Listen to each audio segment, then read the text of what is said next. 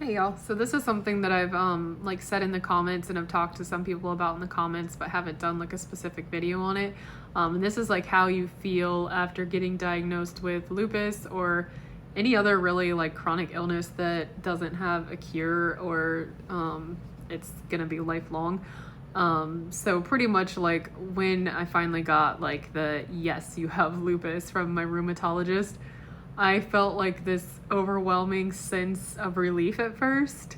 And I just like cried because it had been so long trying to figure out what was wrong with me.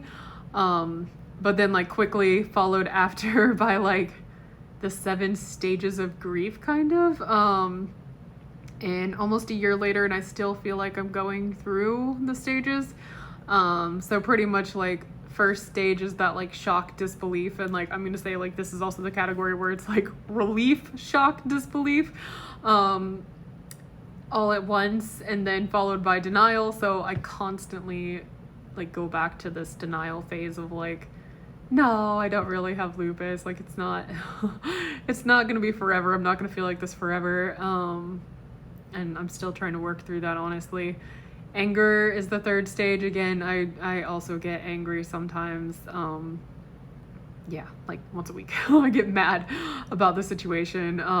Then it's a bargaining, guilt. I don't think I really do much bargaining, but the guilt part, I especially feel guilty with like my son and having to change things around and feeling like I can't do everything with him that I want to. Depression, I have definitely gone through some stages of depression. I think that I've done pretty decent in this category, but I definitely have had phases where I thought that I was going to need extra help from my therapist.